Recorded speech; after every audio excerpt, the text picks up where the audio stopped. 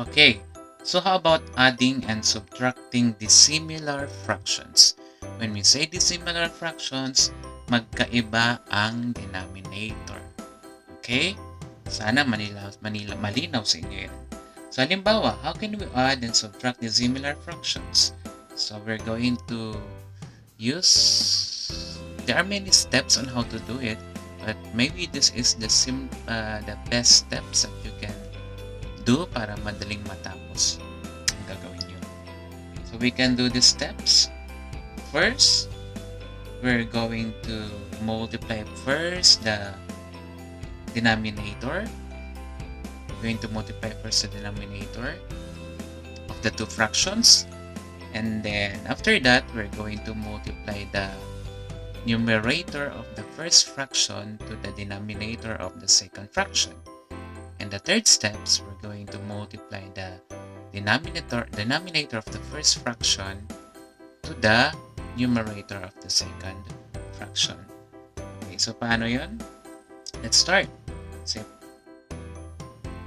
Okay, so with that simple steps, pwede na nating i-subtract ang and add dissimilar fractions. Okay, so we have 3/4 plus 1/2. So anong gawin ulit? We're going to multiply the denominators. So we have 4 times 2.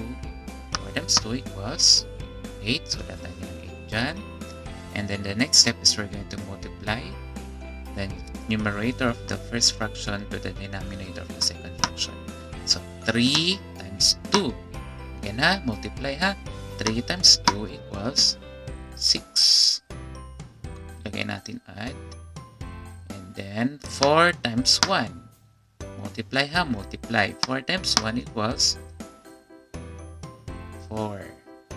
Now we're going to add 6 plus 4 equals 10. 10, and then let's copy 8. Now as you can see, we need to get the lowest term. So kailangan natin kunin ang lowest term niya. How we're going to do that? We need to find out first the common factors of 10 and 8. And then, the GCF, the greatest common factor, yun ang gagamitin natin sa pag-divide para makuha ang lowest term niya. So, paano ulit?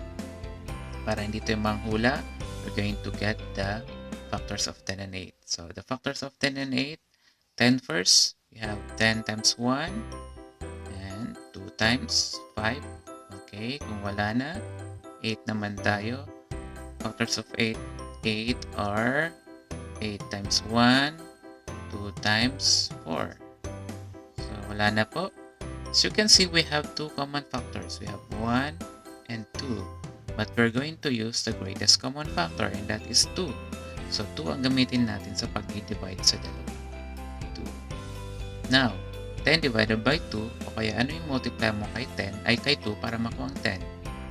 We have 4. 8 divided by 2, o kaya ano yung multiply mo kay 2 para makuha ang 8. We have 4. Okay. So that is the answer.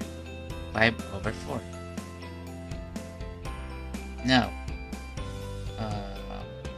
kung sinabi sa instruction na kailangan gawin nyo siyang mixed number, gagawin nyo siyang mixed number kasi this is an improper fraction. Okay? How about subtraction? How about subtraction? Anong gagawin natin? So, the same steps din.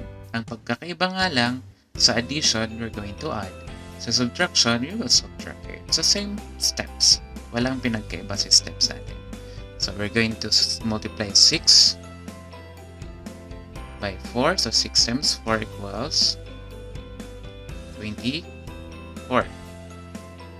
And then the next step, we're going to multiply 5 by 4. Numerator over denominator. So, 5 times 4 equals 20. So, subtraction. And then, denominator to numerator. So, 6 times 1 equals 6. So, subtract natin. 20 minus 6 equals 14. And then, we're going to copy 24. So, since they're both even numbers, we need to get the lowest term. So, paano ulit kukunin ang lowest term niya? Nang mabilisan, we're going to get the GCF of 14 and 24. So, common factors, the factors of 14 are 14 times 1, ano ba? 2 times 7. Okay?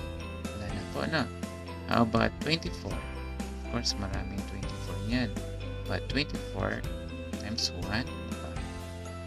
6 times 4, 8 times 3, 12 times 1. Okay. So, meron pa ba maliban sa mga yan? Okay, now, let's find out the greatest common factor. What are the common factors first? We have 1. We have... This is 2. I'm sorry, this is 2. We have 2. And we have... So I think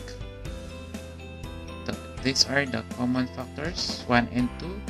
But we need to get the greatest common factor, and that is 2. So gagamit tayo ng 2 divided by 2 divided by 2. Now, when we divide 14 by 2, what is the answer? O di kaya ano yung multiply mo kay 2 para makuha ang 14? 2 times 7. About 24 divided by 2. Or ano yung multiply mo kay 2 para makuha ang 24? Okay. So, 12. Okay. So that is the answer. 7 over